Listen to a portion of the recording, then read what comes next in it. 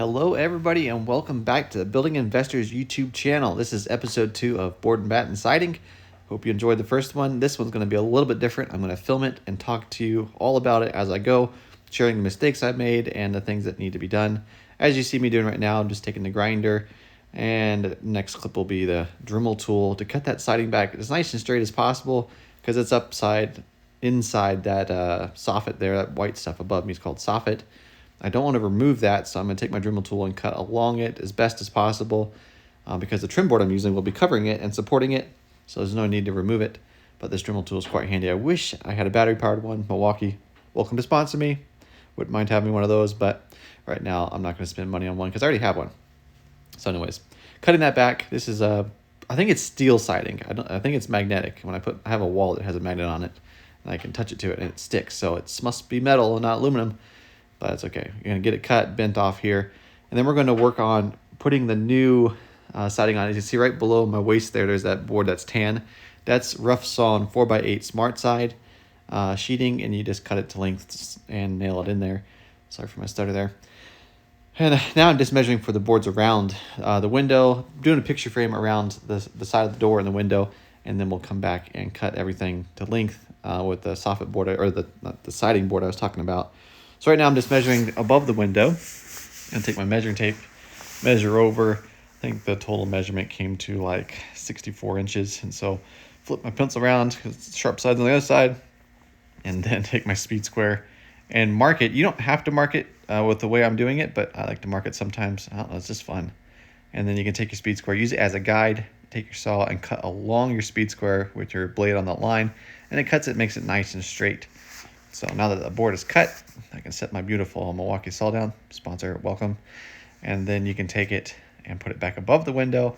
I'm using an 18 gauge finish nailer, which is a bit small for this project. For most of the new stuff, you would use a much bigger nailer to be able to hold those boards on. But since this is such a small section and area, this nailer will be fine, and I'll use extra nails.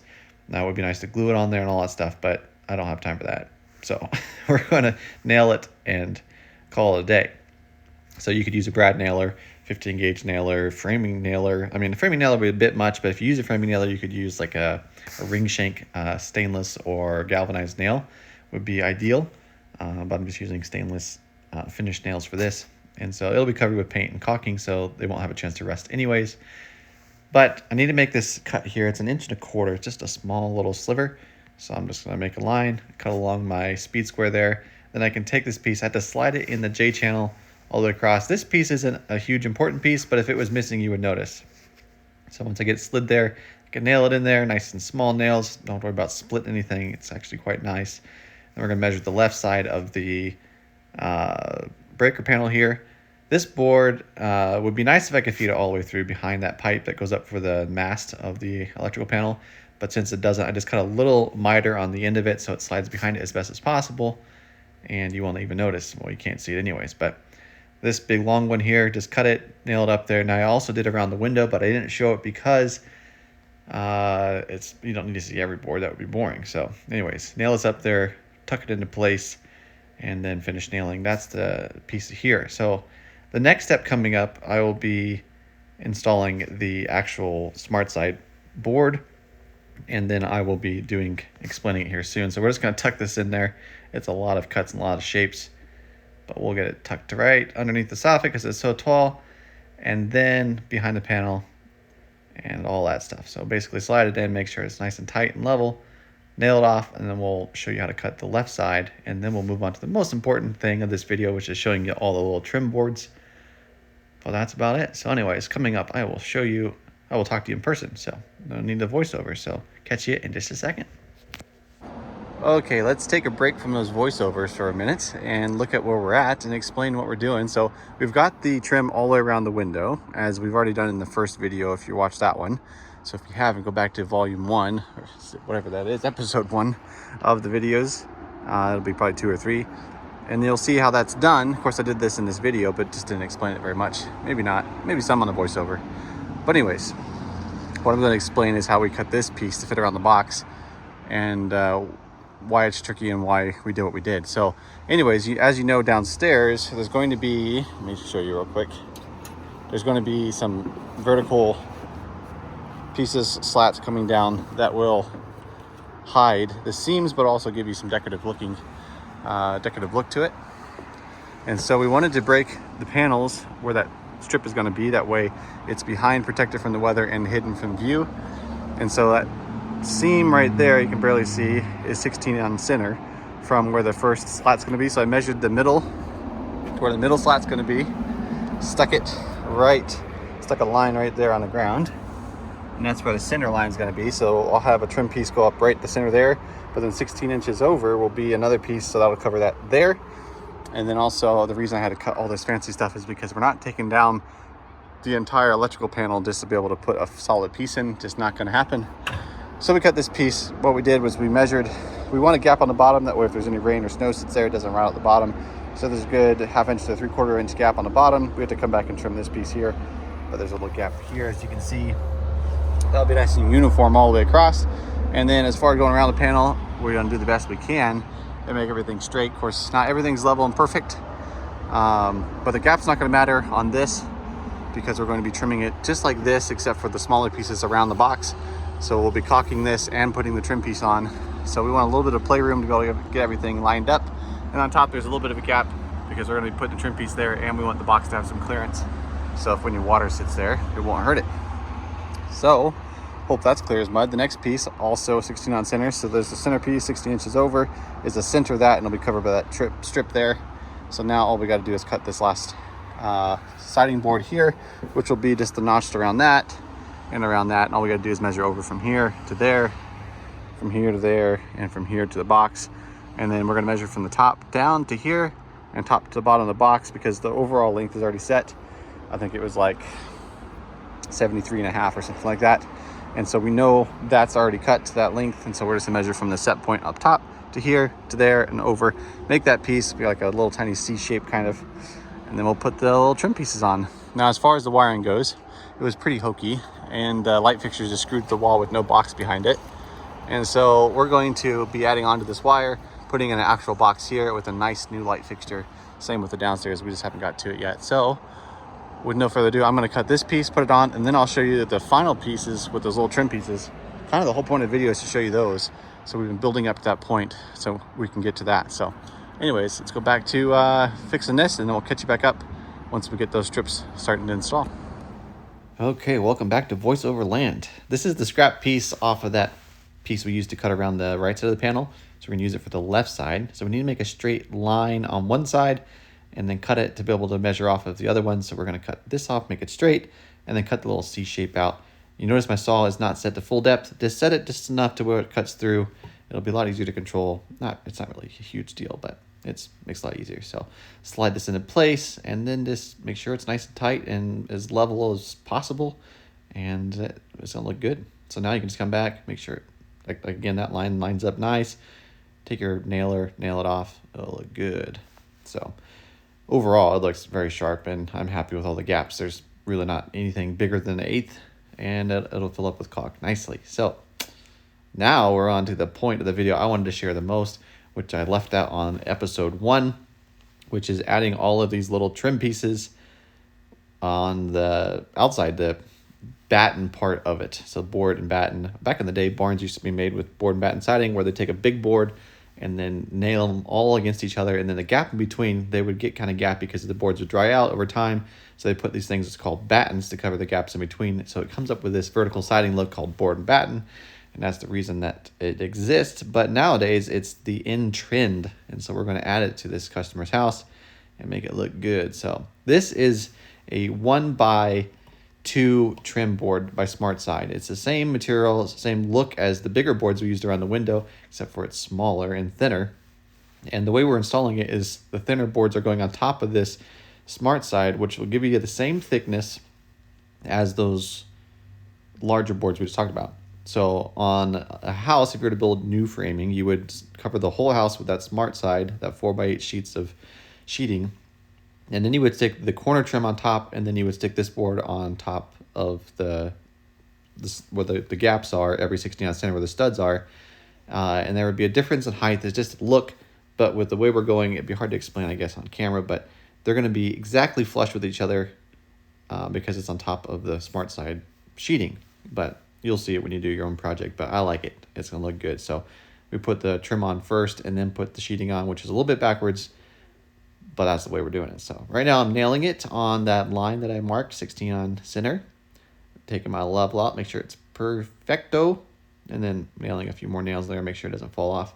So we're going to do this all the way on every board. I'll explain anything I can that I forgot as we go. So one board down. Next board's going to be probably the same exact length, but I'm going to measure it anyways just to make sure it's as perfect as possible is the way I like to do it. Don't always happen, but you know, you try your best. So I'll take the off cut of this board. I'm flipping it around because I'm going to use the non-cut section for one of the ends, because there's always a possibility that my cut has a flaw in it, and usually the ends factory ends are pretty perfect. You can't trust them either, so just pick whichever one, but I always like to flip it around, use a factory end, and then take my saw and cut the other end, and then push it down on that 16 on center line, and then nail it, level it, nail it. This is looking good. So I have a huge confession to make right here. I'm not going to show it to you because it's already done, but I measured 16 on center from down below, and I completely marked it wrong on the up here. So as you're watching me this whole time, just think that later on I'm going to find out that those boards are not lining up with the ones below, which is a huge problem. Make sure you measure twice, cut once type of deal, or in this case, measure twice, nail once. But it's going to look great on the video, but I had to admit to you, I did it wrong. So anyways, so this whole time I'm just like watching myself and like, oh man, he's just don't nail, nope, don't nail it. Oh, he nailed it. But anyways, I had to come back. It only took me like 5 minutes to pop those boards off and then readjust them to where they're supposed to be. But lesson learned, you can be doing this for, I think I've been doing handyman work, construction, building houses for almost 12 years now, and I've watched my dad do it before then. So technically I've got 20-something years of experience, even though I'm 31 years old. But you can always make mistakes, and you can always learn something. So I'm using my speed square again to make a straight cut on this one. This is the board going underneath the electrical panel. And yeah, just cutting it end to end flush. And then the boards that I'm going to show you in the future on the side, there's going to come to the very bottom and nail it off. So yeah, looking good. Let's see, what am I doing? Oh yeah, the pipe. So I want this one, since I have enough room and clearance, to be able to go behind the pipe that's coming up from the deck there. That pipe goes down to the downstairs for a little sub panel, because there's an extra living space down there that they needed more power for. So that's the big panel up here, supplies the panel downstairs, but that pipe takes the cabling down there. But in order to get around the pipe, I need to make some clearance. So I'm using my saw and doing a bunch of cuts, just about 2 inches long of a bunch of cuts. And as you'll see here, it opens up the space to be able to slide it behind the pipe. So here's a little close-up look of it. It's a little notch, a little dust. So push it behind the pipe, slide it up in place, and then nail it off. So that's one way to get around it. I guess you could do it other ways, but that's my favorite way. Nail that. Next piece, let's see, which one am I going to choose? Probably the panel side. So I appreciate you hanging out with me. If you haven't watched any of my other videos, I would appreciate if you go watch those. A little plug there. It'd be nice if we could get our view hours up. And let me know in the comments below what you would like to know more about. Obviously, I haven't done everything, and I don't know everything, but I do know lots of stuff. And I always like learning more. So tell me things that you know and ask me things you don't know. So measure that side of the panel, cut it, and do that to both sides. And yeah, so I was going to talk through every piece of it. Man, it feels like I'm blabbing on here. So let's skip a little bit ahead till we have some more pieces on, and I'll explain some more. So what we're using here is the finish nailer, and I haven't shown you a close-up. So here's a close-up of it. 18 gauge finish nail I'm using. I think these are 2 1/4 nails, 2.5 inch nails. They're pretty long. So they're going to go through that board that I'm installing, through the siding, through the other siding, into the stud is the plan, is the goal, the hope, whatever. So we've got most of these boards installed. Now we can move the camera up and show a little bit more what we're doing, but we're getting pretty close. So as you see, the wire there is poking out, which we talked about a little bit earlier. Later on today, I came back, cut a nice circle, put in a remodel box and a new light, and maybe I'll show you a picture of what it looks like at the end. It looks quite sharp. We used an oil rub bronze light fixture, just a simple LED light bulb, and it looks really nice. So just in case it looks like that was my back, that was not, that was my shirt, and it's very skin colored apparently.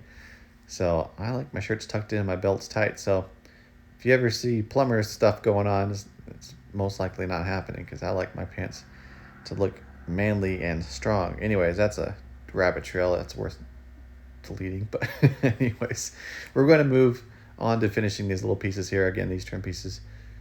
Just going to make it look better, and they're going to function well. So we're basically done. So let's move to the finished look. And here is the final look. Man, and does it look sharp. So we still got to come back and do the caulking and painting, but that'll be either another video. If you're interested in seeing that, let me know. We'll leave in the comments below what you think. If you want to see it, I'll try to do it. So it does not look good. So I am happy with the way it looks. Here's the revealed picture that I was referring to with the light. Doesn't that oil rub bronze light look great? So anyways, there's a view from there, and then from down below, looks good. Anyways, thank you very much for watching. I hope you enjoyed. I am the Building Investor, and I hope to see you again soon. Have a good one. God bless.